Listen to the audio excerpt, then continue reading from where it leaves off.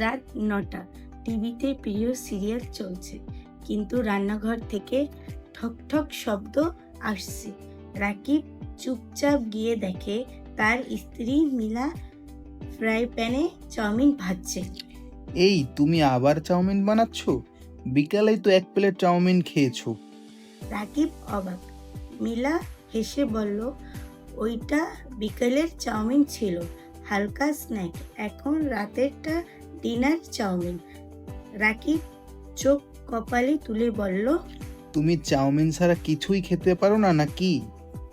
মিলা গম্ভীর মুখে বলল, না, চাউমিন আমার প্রাণ, ভালোবাসা, অনুপ্রেরণা।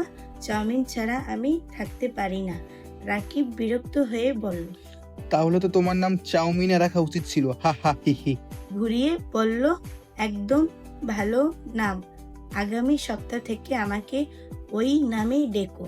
পরের দিন রাকিব অফিস থেকে বাসায় ফিরে দেখে ডাইনিং টেবিলে বড় হাঁড়ি ভর্তি চাউমিন, পাশে লেবেল লাগানো ব্রেকফাস্ট চাউমিন, কনফার্ম এনার্জির পোস্টার, আরেক পাশে লাঞ্চ চাউমিন, মুড ফ্রেশার, আর ফ্রিজে লেখা স্টিকার ইমার্জেন্সি চাউমিন। রাকিব মাথা চুলকে বলল, এই মিলা, তুমি কি পাগল হয়ে গেছো?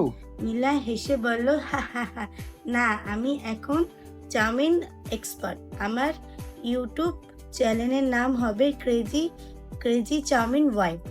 রাকিব নিঃশব্দে বসে গেল, কিন্তু শেষ পর্যন্ত হাসি থামাতে পারল না, কারণ সেদিনের চাউমিন সত্যি অসাধারণ ছিল। চাউমিন প্রেমী এই পাগল বইয়ের গল্প এখানেই শেষ। তবে গোপনে রাকিব এখন রাতে একটু চাউমিন চেয়ে বসে।